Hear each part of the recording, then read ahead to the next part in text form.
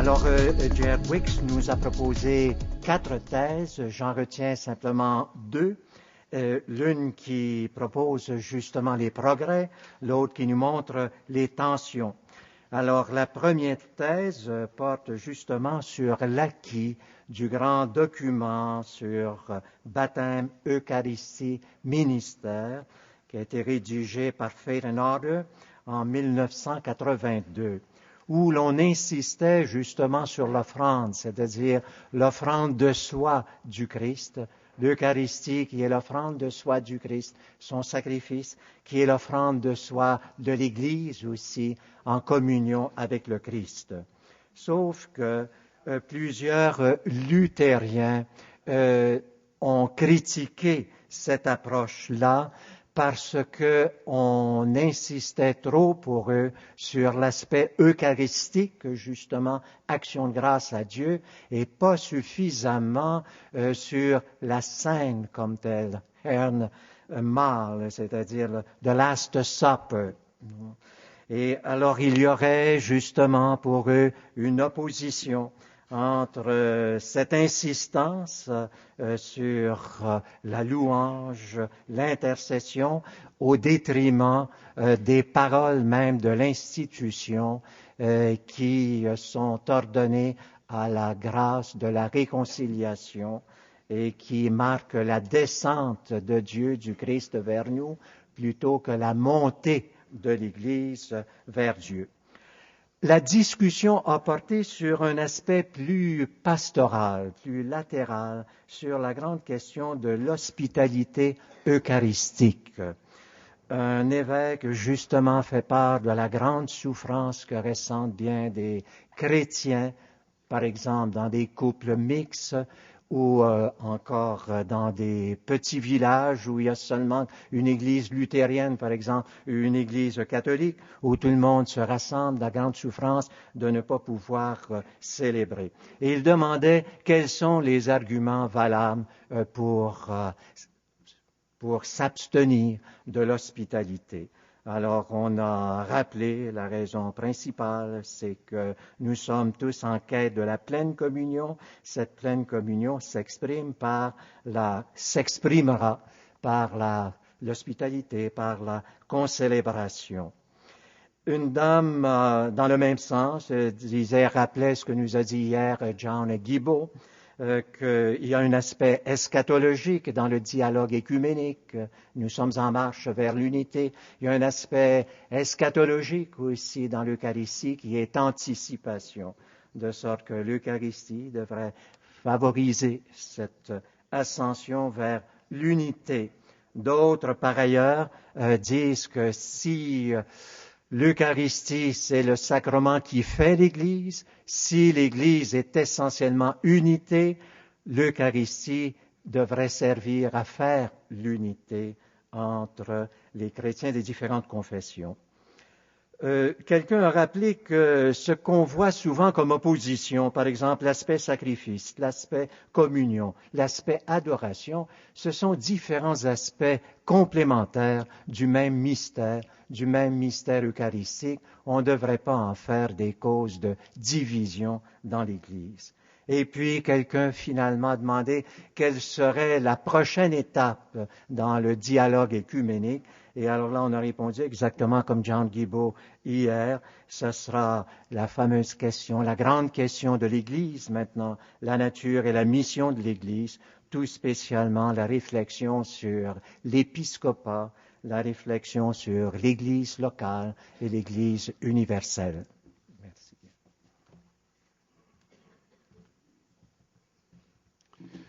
Merci, Père Richard. L'atelier numéro 6 portait sur Eucharistie et Église dans la pensée des pères de l'Église avec le professeur Paul McPartland et c'est le professeur Paul-Hubert Poirier qui va nous présenter un aperçu de l'atelier.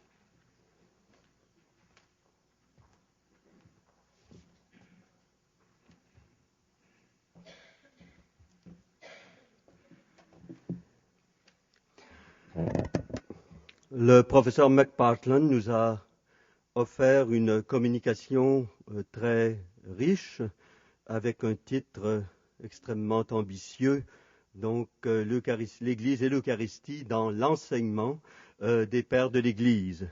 Mais il a su illustrer ce thème en choisissant quatre auteurs ou quatre œuvres, celle d'Ignace d'Antioche, ensuite la prétendue tradition apostolique, pour reprendre l'expression de Marcel Metzger, l'œuvre de Cyprien de Carthage et celle d'Augustin.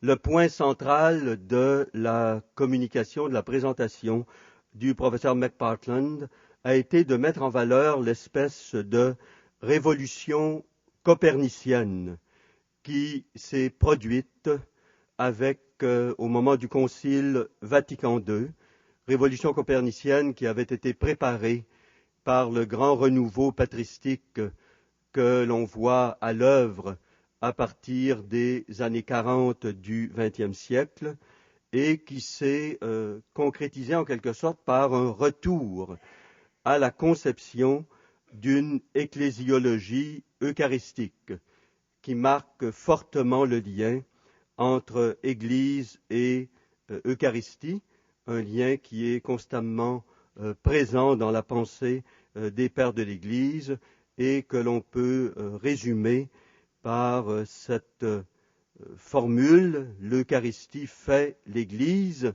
mais plus véritablement, c'est l'Église fait l'Eucharistie, mais plus véritablement, c'est l'Eucharistie qui crée, qui constitue l'Église, et c'est d'ailleurs le titre d'un ouvrage récent du professeur Mark Partland consacré à la pensée de Lubac et de Zizioulas.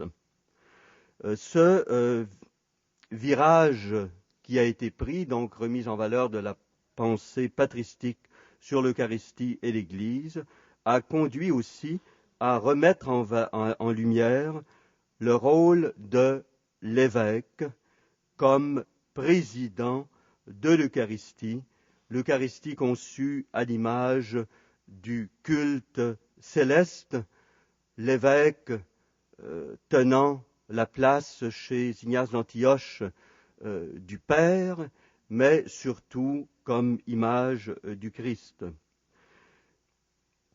Le professeur McPartland a aussi insisté sur le fait que toute célébration de l'Eucharistie pour les pères est à la fois locale et universelle.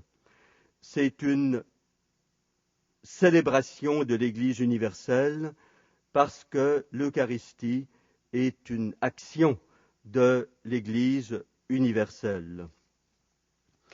Il a également insisté sur le changement malheureux de perspective qui s'est produit au tournant du premier au deuxième millénaire avec la mise en place du septénaire sacramentel où l'Eucharistie n'a plus été perçue comme étant au centre constitutive de l'Église, mais plutôt un sacrement comme les autres, un sacrement parmi les 7.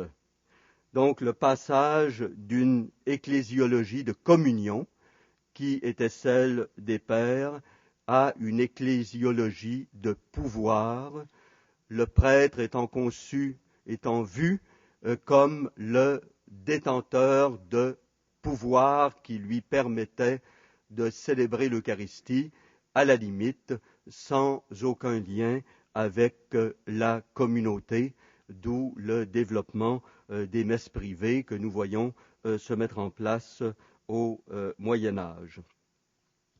La discussion a permis de revenir sur plusieurs aspects de cette riche communication et dont j'espère qu'elle fera l'objet d'une publication puisque le professeur McPartland en a présenté une synthèse lors de l'atelier.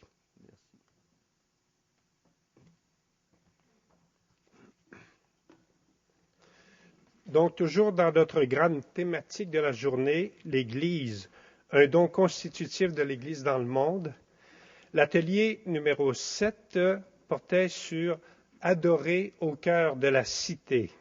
Il était animé par le professeur Patrick Prétot et c'est Monseigneur Paul-André Durocher, évêque d'Alexandria, Cornwall, Ontario, qui va venir nous en donner un compte-rendu.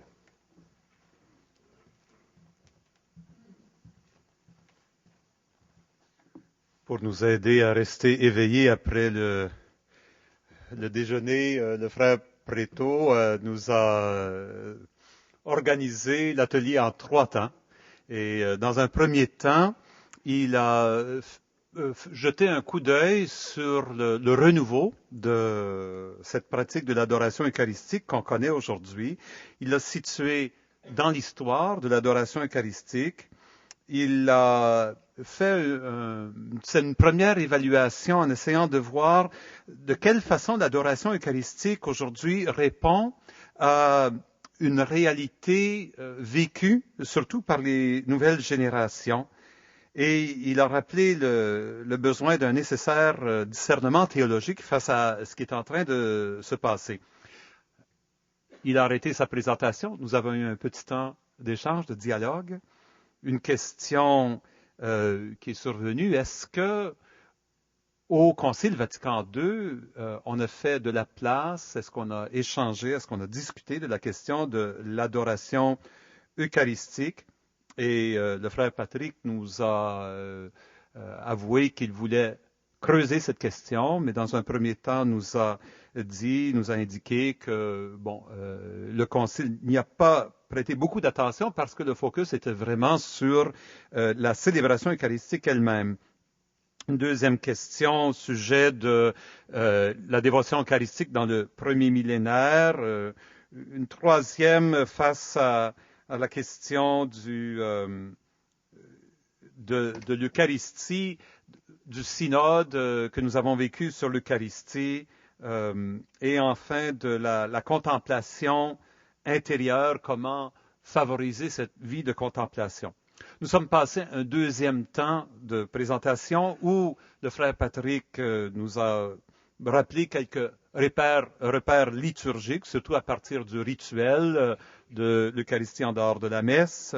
Il nous a rappelé que l'adoration eucharistique est un acte ecclésial qui prend sa source dans la célébration eucharistique, en nous rappelant quelques points du rituel, en nous invitant aussi à nous rappeler que le rituel invite à une célébration communautaire de l'adoration avec tant de prières communautaires, de lectures, même d'homélie.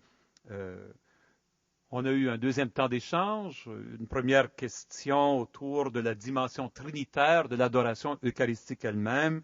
Une deuxième question très intéressante, est-ce que on n'est pas trop gavé de paroles et est-ce qu'il ne faut pas donc laisser toute sa place au silence dans l'adoration eucharistique?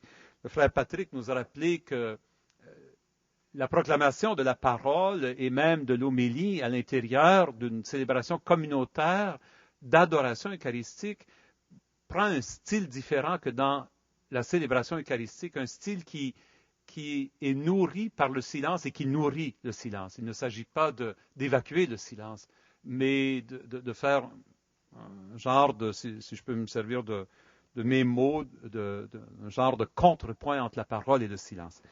Enfin, troisième temps, discernement théologique, piste de réflexion théologique sur cette pratique. Il nous a invités à resituer l'adoration eucharistique face à la multiplicité des modalités de la présence du Christ dont le Concile Vatican II a parlé, de nous rappeler que la présence eucharistique est une présence eschatologique, c'est le Christ ressuscité qui est présent. Il nous a rappelé que le concept de présence est donc analogique, il ne faut jamais l'oublier. Il nous propose que le samedi saint donne une forme liturgique à l'adoration eucharistique et enfin qu'il ne faut jamais oublier l'unitotalité de l'Eucharistie, que l'adoration eucharistique trouve sa place dans l'ensemble du mystère eucharistique. Dans un dernier temps, à l'heure d'échange, on a eu une invitation réfléchir sur la différence entre la transformation ontologique du pain et du vin au corps et au sang du Christ, la différence de cette transformation-là et par rapport à la transformation de l'Assemblée, ce qui nous a ouvert à une belle méditation sur le tympan de Vézelay. Et peut-être le dernier commentaire que j'ai trouvé très beau, un évêque espagnol nous a rappelé la figure de Saint Joseph, un évêque mexicain, pardon, nous a rappelé la belle figure de Saint Joseph, dont le silence était peut-être un silence adorateur, et dont la seule parole était son nom est Jésus. Enfin, moi, j'aimerais tout simplement dire qu'en écoutant le frère Patrick, on a eu l'occasion d'entendre un adorateur qui fait de la théologie et un théologien qui adore. Merci bien.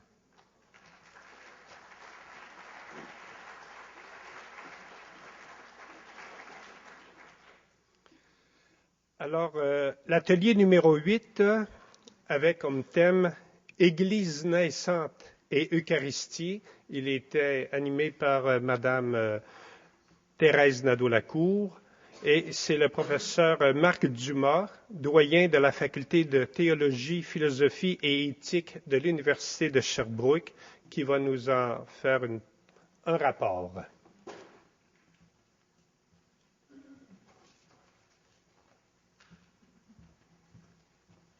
Bonjour.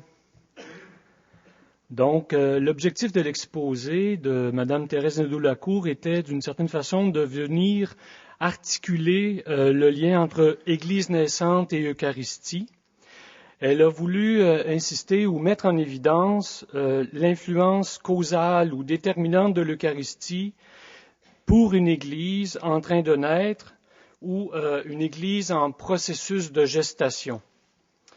Au niveau méthodologique, une fois clarifié ce rapport causal ou ce principe causal de l'Eucharistie pour l'Église, nous avons cherché à regarder les racines de l'arbre Église en insistant sur une approche théologique marquée par la vie spirituelle où, d'une certaine façon, l'existence devient le lieu de la rencontre vivante du crucifié ressuscité. Et c'est à partir de cette approche spirituelle ou de cette rencontre contemplative que nous avons tenté de faire théologie et que nous avons fait Église ensemble. Donc, la question que nous avons, dans un premier temps, regardée d'un point de vue, je dirais, plus théorique, ou s'est déplacée ensuite sur le terrain d'une Église particulière. Le principe causal est-il actif dans la des églises particulières. Et nous avons pris l'exemple de l'Église naissante du Québec.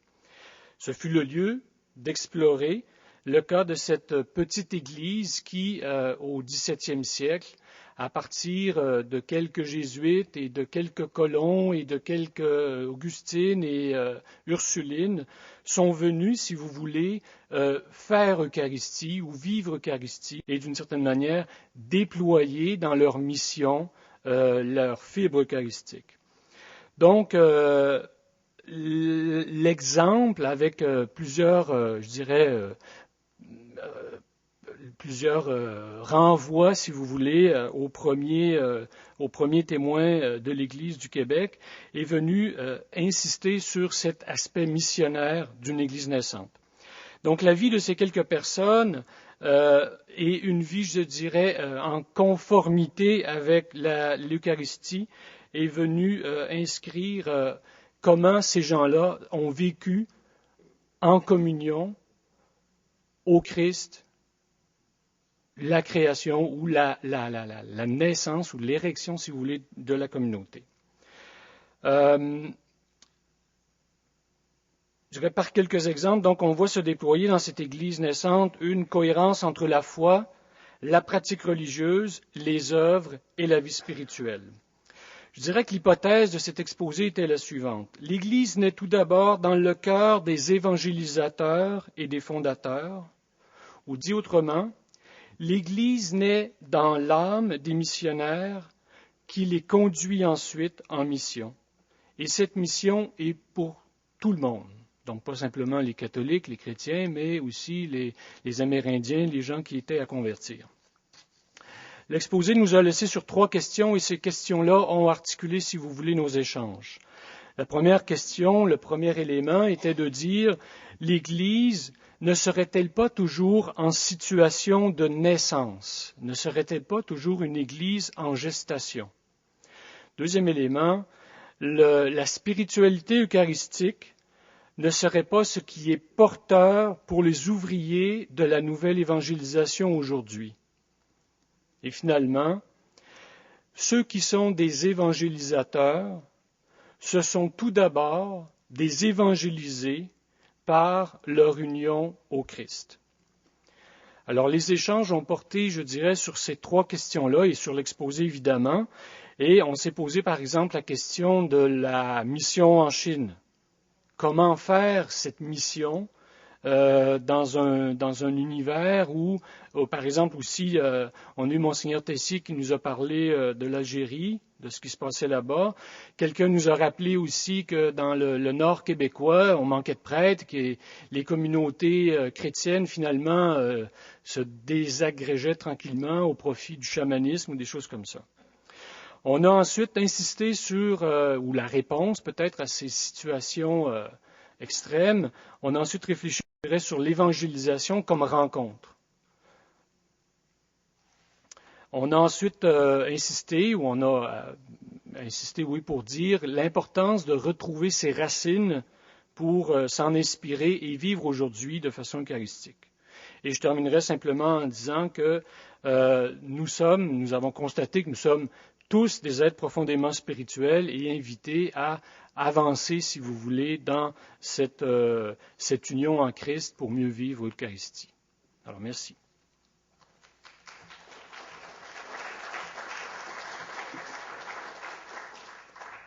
Je remercie beaucoup les 4 secrétaires qui nous ont fait en quelques minutes goûter à l'atelier auquel nous n'avons pas participé et aux ateliers. Et en repassant toute la journée, eh bien, nous nous rendons compte que beaucoup d'incitations nous ont été faites et certainement qu'il y a des réflexions ou des questions qui restent dans nos esprits.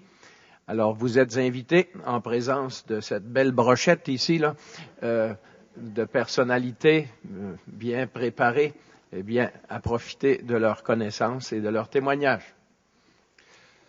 Alors, peut-être que c'est ça. On va prendre 2 ou 3 interventions et ensuite inviter nos conférenciers à répondre. Et on vous invite à essayer de faire des interventions qui ne dépassent pas 3 minutes autant que possible. La parole est à vous. Il y a des micros, vous allez au micro pour l'intervention, oui. Oui, Sœur Gilberte. Ce matin, le cardinal Casper nous a parlé de l'adoration. Nous venons d'en parler. Alors, je reviens à la question. Et dans sa réponse, Gilles Routier a mis en relation l'importance du magistère en lien avec les théologiens dans la réflexion pour une ecclésiologie qui unit les différentes sensibilités orientales, luthériennes dans cette marche. Mais je suis toujours frappée, et peut-être Mme Nadeau-Lacour va pouvoir rejoindre aussi la question que je pose. Quand on parle d'adoration eucharistique, nous parlons toujours d'une réalité qui a surgi dans la foi vivante de l'Église. On a parlé du IIe siècle, le cardinal Casper a mentionné les circonstances. Donc, c'est quelque chose qui sourd de l'expérience chrétienne, de l'expérience spirituelle. Or, j'ai comme l'impression parfois, pas toujours, mais j'ai l'impression parfois que les théologiens sont soupçonneux, ou certains théologiens sont soupçonneux, oubliant que peut-être il y a des expériences théologiques très riches vécues par des personnes au niveau de leur expérience de l'adoration eucharistique qui peut aider la réflexion à rejoindre finalement des grandes valeurs de l'Eucharistie dans son unité, non seulement comme une célébration rituelle, mais comme une célébration qui nous intègre dans le mystère du Christ s'offrant au Père et nous plongeant en mission. De sorte que l'adoration eucharistique, n'y aurait-il pas, aujourd'hui et l'avenir, à insister sur une façon de réfléchir théologiquement sur cette réalité qui permettrait de voir qu'il y a là une richesse pour aller beaucoup plus loin dans cette perspective de l'ecclésiologie eucharistique et même d'une ecclésiologie mieux nourrie par la parole de Dieu, puisque l'adoration sans la parole, ça tourne à vide à la longue. Merci beaucoup. Professeur Giraudeau. Je reste sur le même sujet de l'adoration. Et je me réfère à l'atelier du frère Préto qui m'a intéressé beaucoup, qui nous intéresse tous. Alors, à propos des actes de la piété eucharistique, parfois on dit que c'est l'affaire des latins. Mais il y a des orientaux aussi qui les pratiquent. Ce sont les Grecs catholiques, par exemple les catholiques d'Ukraine, de Slovaquie et d'autres pays encore. Il y a les Malabars, il y a les Maronites. Il est vrai, ils ont reçu les actes de la piété eucharistique à cause d'une latinisation forcée. Terrible cette latinisation, surtout chez les Malabars. Mais maintenant, depuis 4 siècles, ils pratiquent les actes de la piété eucharistique. Et les chrétiens, les fidèles, y sont très attachés.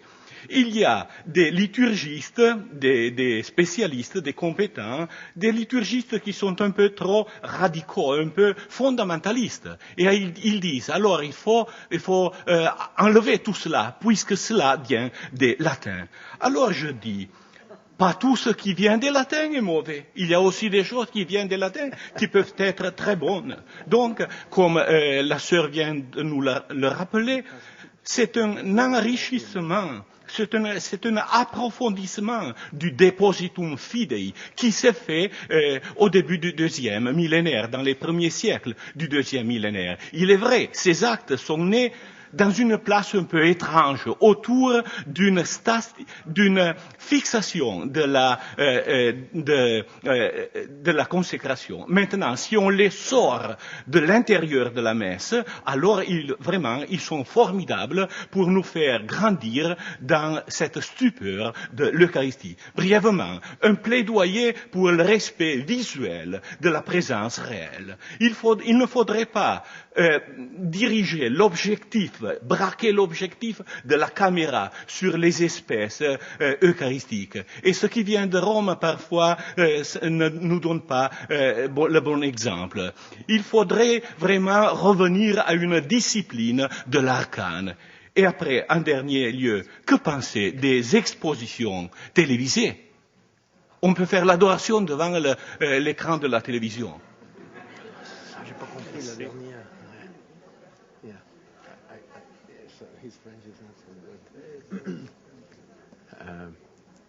Très bien.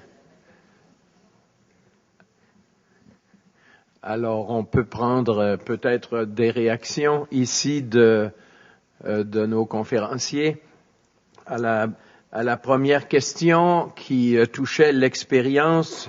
Est-ce que l'expérience chrétienne ne peut pas aider davantage la réflexion théologique? Est-ce qu'elle est le lieu, comme lieu théologique, l'expérience chrétienne, l'expérience des saints, des mystiques, etc. Voilà pour le premier point. Oui, alors.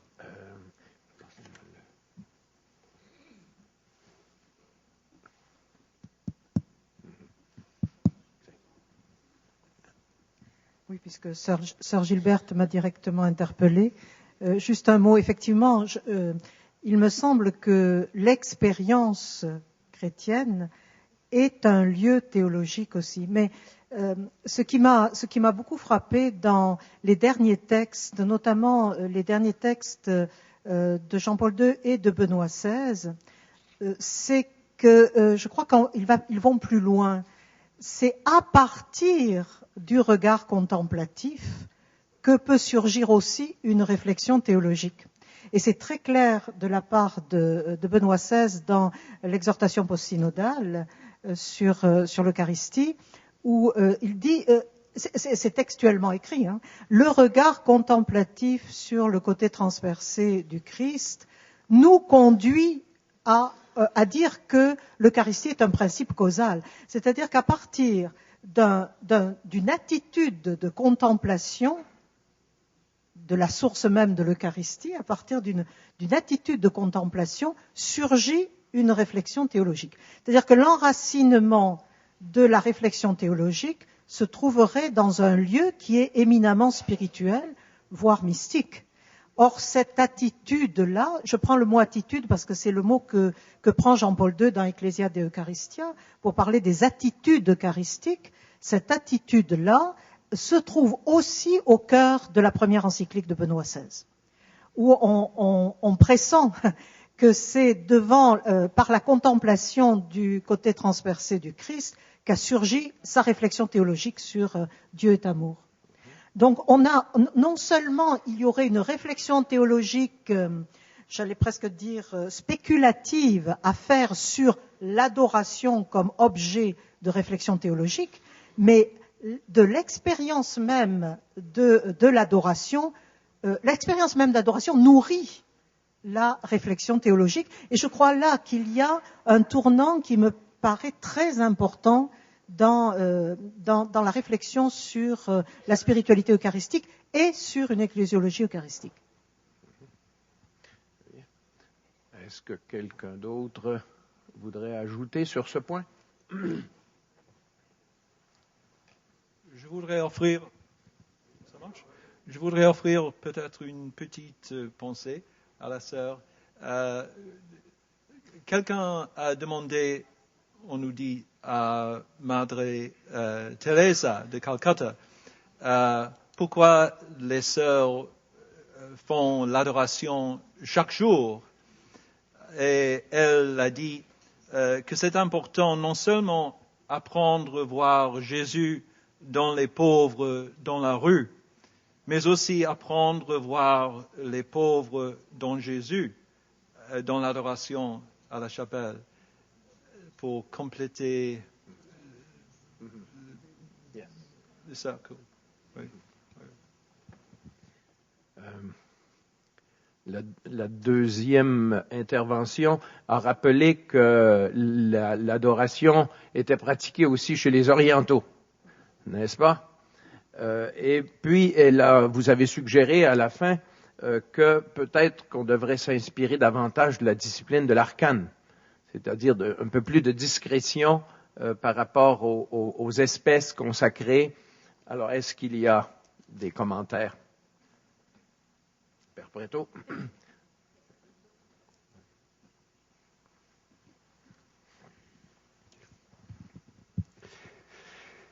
C'est une question délicate. Il me semble qu'en liturgie, globalement, l'usage des sens, voir, ne pas voir, sentir, ne pas sentir, peut-être moins l'entendre, mais toucher, j'ai oublié le toucher, toujours en grande distance.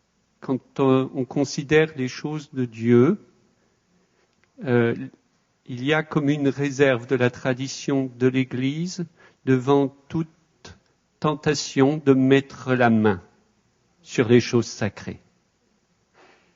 Mais aptou, un peu comme un écho du mais aptou du récit de la résurrection. Alors, il me semble que le retour à la discipline de l'arcane ne peut évidemment pas se faire sous le mode antique de la discipline de l'arcane. Mais nous avons sans doute à cultiver aujourd'hui cette pudeur, cette distance. Un de mes confrères, professeur à l'Institut de liturgie, a écrit un bel article dans la Maison de Dieu, éloge de la distance. Et je crois que c'est devant la présence eucharistique sans doute ce que les pratiques, ce qui est réglé dans les livres liturgiques, cultivent le plus. L'éloge de la distance.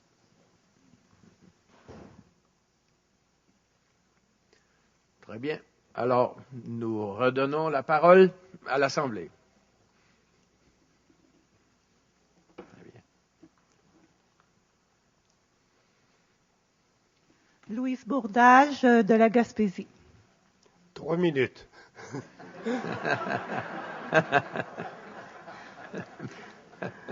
Ma question concerne la communion spirituelle de désir et d'offrande. La communion spirituelle de désir et d'offrande, un peu comme Thérèse d'Avila au XIIe siècle l'enseignait à ses filles.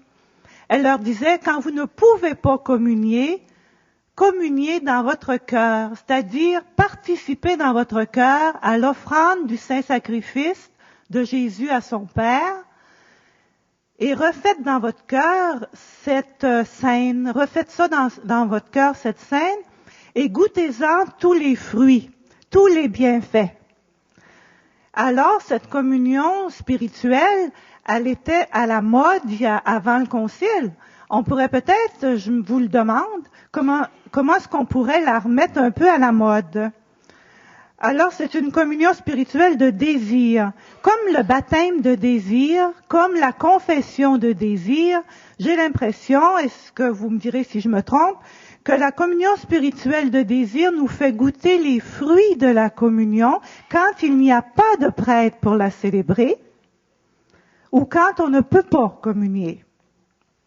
Alors, cette communion spirituelle de désir qui fait que je m'unis à tous les prêtres et à tous les fidèles qui offrent à la minute présente dans l'offrande du saint sacrifice perpétuel dans l'Église, je m'unis aux prêtres et aux fidèles qui élèvent la sainte victime vers son Père dans le monde entier à l'instant présent. C'est une communion ecclésiale que je fais. Je suis toute seule chez moi, j'ai pas de prêtre qui va dire l'Eucharistie et je fais la communion spirituelle. Je m'unis à toutes les messes qui se disent dans le monde, j'élève la sainte victime vers son Père et j'accueille les fruits de la Trinité, les fruits de ce mystère céleste. Je m'unis à la liturgie céleste et j'en ai tous les bienfaits. Bon, ça, dites-moi si c'est correct. Et puis après, je la fais pour moi. Est-ce que cette communion spirituelle de désir et d'offrande aurait sa place devant le Saint-Sacrement exposé? Est-ce que ce serait pas la manière dans l'adoration d'aller chercher de participer au corps sacramentel qui transforme le corps ecclésial?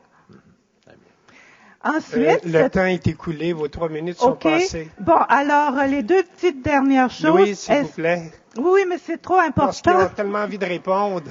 Est-ce que cette communion spirituelle pourrait avoir une place dans la célébration de la parole dans nos églises? Est-ce qu'on pourrait intégrer une communion spirituelle?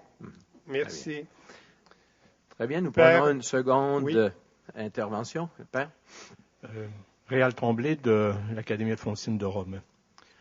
Alors, je voudrais revenir un petit peu sur réagir à ce que vient de dire le Père Préton.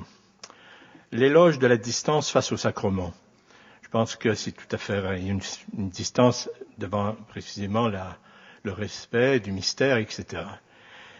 D'autre part, il y a l'excès contraire que le Père Giraudeau a mentionné, donc l'exposition qu'on peut faire devant un écran de télévision. Donc, il y a vraiment, à mon avis, encore là, devant le sacrement, il y a une via media à mettre en œuvre. C'est-à-dire que le sacrement est un signe et on ne peut pas cacher ce signe. Il faut y avoir accès et d'ailleurs la communion nous y invite parce qu'on touche au maximum précisément le pain eucharistique et on boit le vin eucharistique. Donc, à la fois, il y a une proximité et une distance. Et on ne peut pas faire l'économie de cette proximité tout en insistant sur la distance. Par respect même pour le signe sacramentel que le Seigneur nous offre précisément pour nous manifester donc son corps offert au Père dans le sang et le sang eucharistique et le pain eucharistique. Alors, je voudrais insister là-dessus, donc, sur cette via media, ne pas trop exagérer la distance, ni une trop grande proximité. Donc, c'est toujours plus difficile de trouver une via media que d'aller dans les deux extrêmes. Merci. Merci. Dernière intervention avant la réaction des conférenciers. Joël Chouinard, prêtre du diocèse de Joliette, curé de paroisse. Un commentaire et une question. Alors, le commentaire est en lien avec l'atelier auquel j'ai participé, c'est sur celui de la liturgie, de l'adoration dans la cité, pour simplement redire que j'ai particulièrement apprécié le processus de réflexion engagé par le frère Patrick, qui était un bel exemple, je dirais, de discernement, la modalité de discernement, particulièrement dans ces questions pratico-pratiques, je dirais, de l'adoration, donc situées historiquement pour mieux discerner dans la nuance théologique et pastorale. Alors, c'est appréciable, ça nous enseigne beaucoup. Mon commentaire. Et la question s'adresse peut-être plus particulièrement au cardinal Casper. Ce matin, vous avez mentionné à quelques reprises le concept de réception. Réception du concile. Vous avez mentionné des textes très très particuliers. Alors, pourriez-vous le préciser? Et j'ai, bien sûr, derrière la tête, je viens de parler de liturgie. Au cours de l'année dernière, donc le magistère, le Saint-Père a admis la possibilité d'un rite extraordinaire en liturgie. Alors, j'allais dire, comment comprendre le concept de réception dans la réflexion théologique? C'est une grande question, je sais, mais peut-être donner quelques points de repère.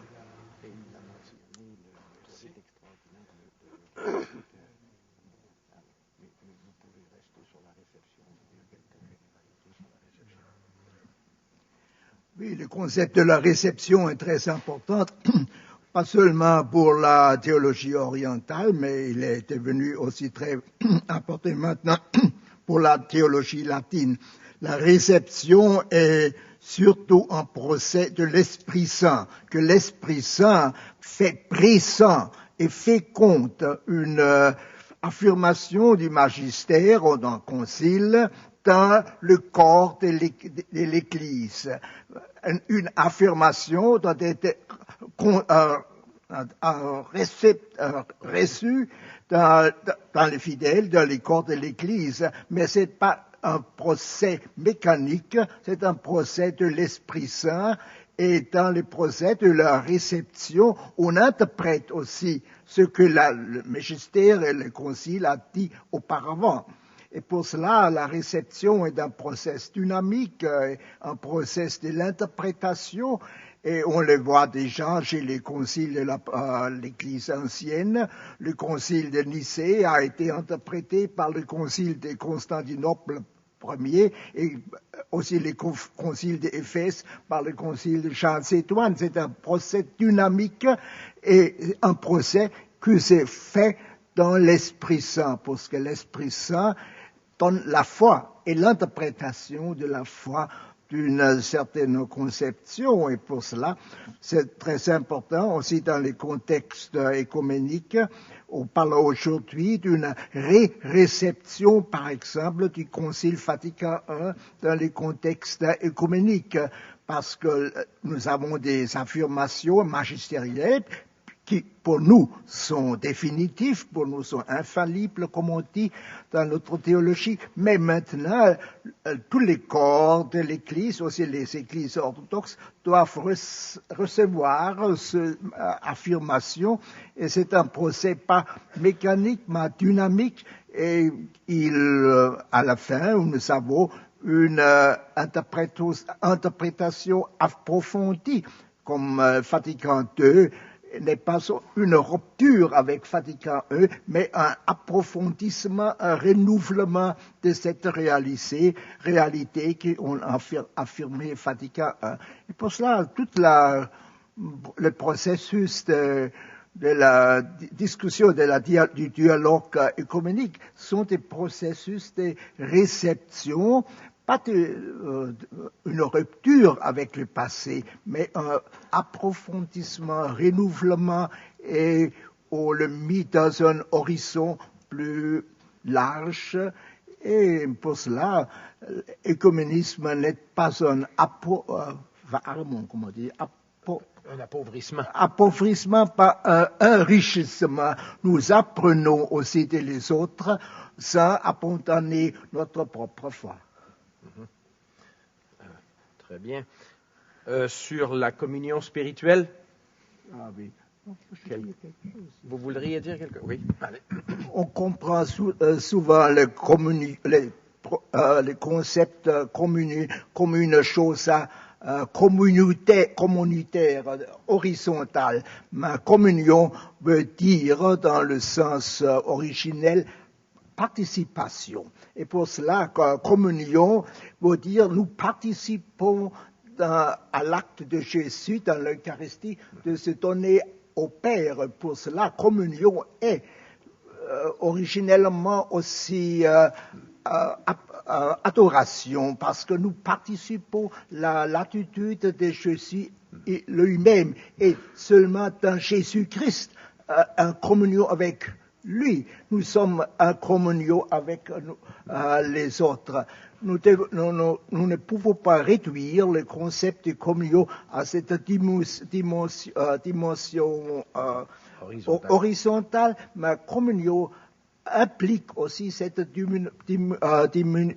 dimension verticale aussi. Et pour cela, l'Eucharistie, la communion eucharistique est en elle-même un acte d'adoration. Et l'adoration hors de la célébration eucharistique est l'élargissement et la continuation et aussi internalisation de ce que se fait dans la célébration eucharistique elle-même. Très bien. Voilà. Et on peut dire que toute communion sacramentelle doit être d'abord spirituelle, sinon elle n'est pas vraiment sacramentelle. Est-ce que autre considération sur ce point? Réaction à Réal Tremblay sur la question de la distance. Ça vous était adressé. Juste. Merci, Père, en tous les cas, d'avoir fait remarquer cela. Je crois que c'est très important, cette espèce d'équilibre que nous avons sans cesse à chercher. Dans un débat, évidemment, on est toujours provoqué par une question au risque de se laisser déporter. Je suis bien d'accord qu'il faut conjuguer distance et présence. Mais peut-être j'avais dans la tête un certain nombre de textes des spirituels du XVIIe siècle qui ont une espèce d'extrême sensibilité au respect des choses saintes. Beaucoup plus que nous. Et peut-être nous avons à écouter cette grande voix du XVIIe aujourd'hui parce que, je vais le dire, vous me pardonnerez, mais je trouve, et Monseigneur O'Malley l'a dit fortement ce matin, il y a parfois une banalisation de nos pratiques eucharistiques. Je rappelle quand même, au risque je ne voudrais pas être mal compris, qu'au XVIIe, on s'est posé la question de savoir si l'on pouvait regarder l'hostie dans l'ostensoir si on était en état de péché mortel. Vous sentez bien le risque de dérive qu'il peut y avoir là-dedans. Mais peut-être pouvons-nous entendre, y compris dans ce risque-là, quelque chose de très juste, qui est la sensibilité de nos prédécesseurs, non pas à une espèce de recherche de pureté, qui peut se prétendre pure, mais à cette économie du rapport au divin, et c'est cela, peut-être la distance que je visais, elle était bien plus là que dans une barrière mise par rapport au signe sacramentel, évidemment.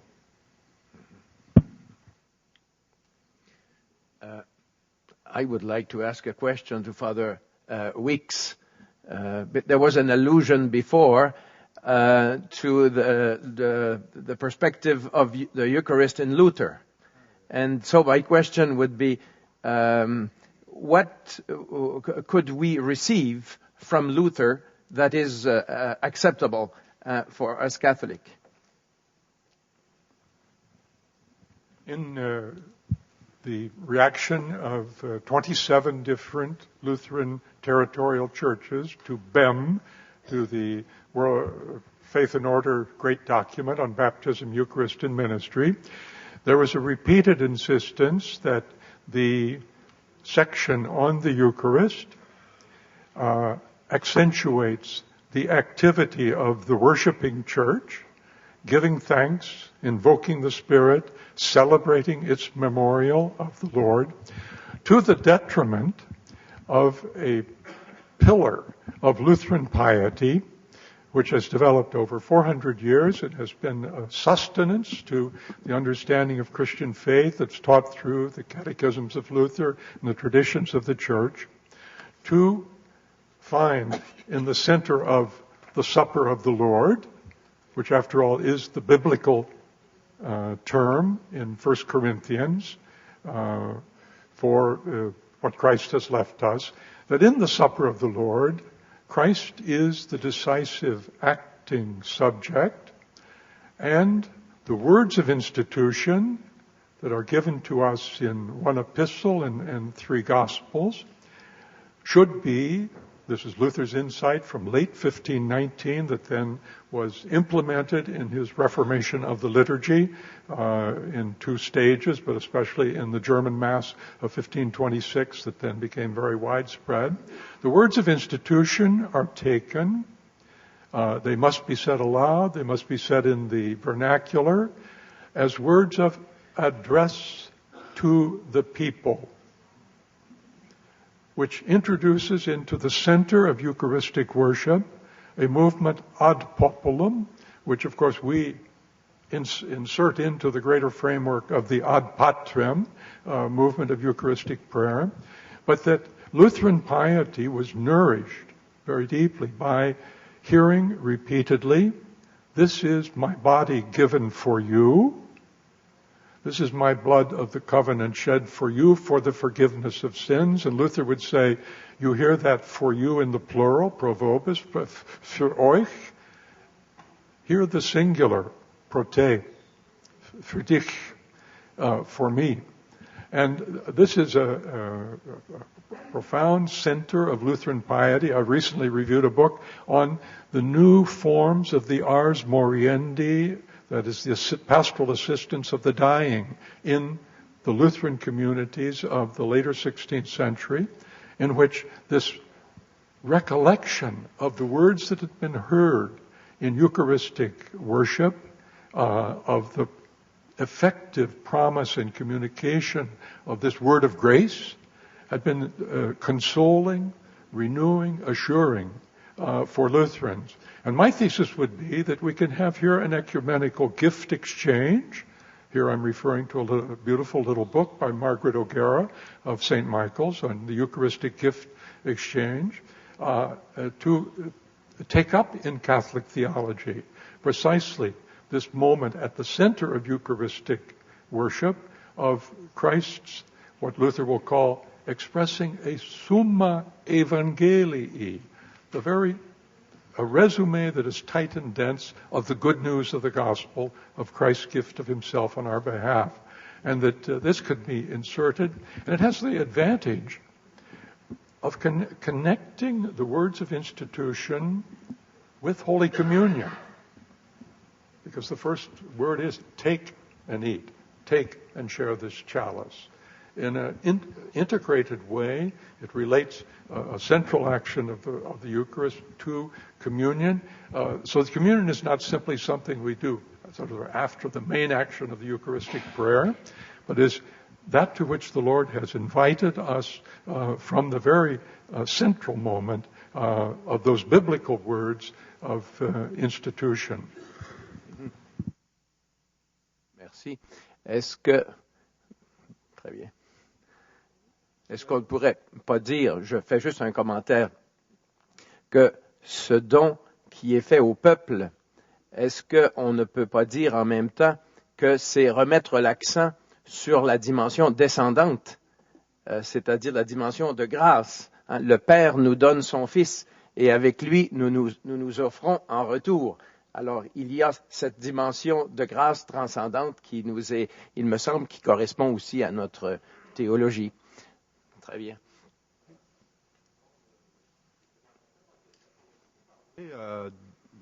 Du Christ, là. Alors, lors des interventions, on a beaucoup entendu parler du Christ en tant que personne, et puis de Dieu le Père aussi. Et puis l'Esprit, on le présente souvent comme dans la Trinité de la relation, les trois personnes. Mais j'ai pas beaucoup entendu parler du Paraclet comme personne, comme identité propre. Puis je me dis, puis on n'entend pas beaucoup ce discours-là non plus dans la part des théologiens, du Paraclet comme personne autonome.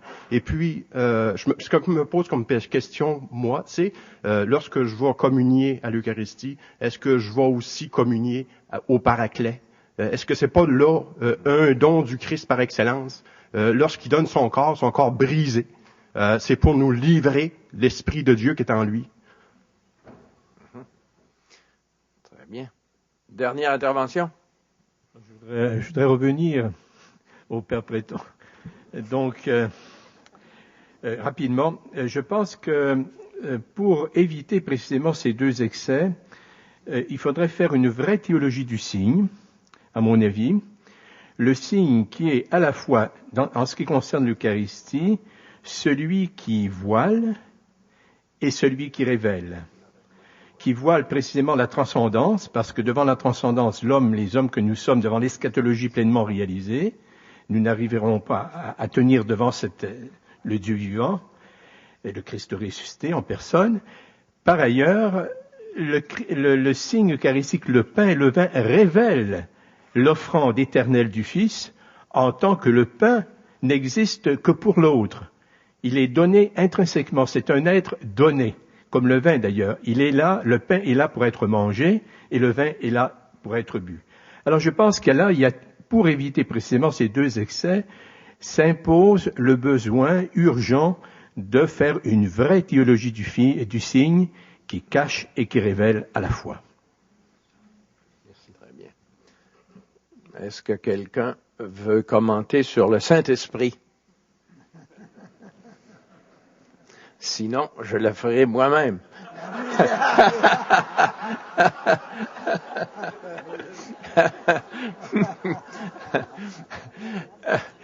Seulement quelques mots. Il me semble en effet que pour la théologie de l'Eucharistie et de l'Église, nous avons besoin d'approfondir la pneumatologie. Saint Éphrem dit que quand nous communions au corps sacramentel du Christ, nous communions aussi au Saint-Esprit.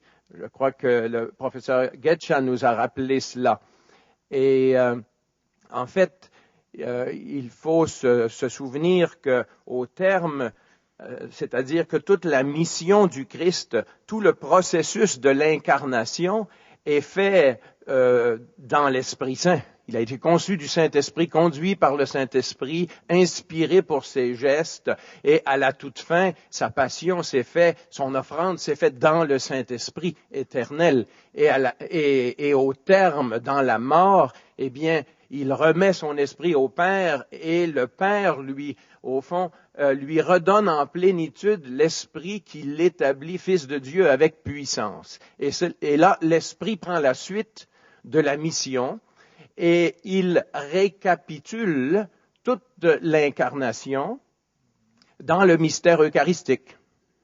Le mystère eucharistique est vraiment une récapitulation, mémoire. Il fait mémoire de toute la trajectoire de Jésus et pas seulement de ses derniers moments, de sorte que quand nous adorons ou quand nous écoutons la parole de Dieu dans la liturgie, eh bien, nous nous retrouvons dans la lumière de l'Esprit et du ressuscité, à la scène évangélique qui est évoquée. nous sommes replacés dans cette temporalité qu'on l'a nommée transhistorique plus tôt, mais qui nous place justement dans la présence du Seigneur, et c'est le Saint-Esprit qui assure la contemporanéité entre la vie historique du Seigneur et notre vie aujourd'hui. Le lien, c'est le Saint-Esprit qui le fait en glorifiant toute l'incarnation, toute la vie de Jésus, qui se trouve à être glorifiée, donc rendue disponible pour toutes les générations. Et à travers le mystère eucharistique, eh bien, nous sommes en contact avec le Seigneur vivant, dont tous les événements ont été glorifiés, éternisés, et ils sont mis à notre disposition dans la Sainte Eucharistie à son sommet. Et c'est de là, parce que c'est le corps vivant du Seigneur, vivifié par l'Esprit, que nous, qui croyons et qui communions à ce corps, devenons son corps. Nous le devenons dans la substantialité du Saint-Esprit, qui est une substantialité relationnelle et qui nous fait participer à l'unité de la Trinité. Alors, c'est ce que je dirais sur le Saint-Esprit. Voilà.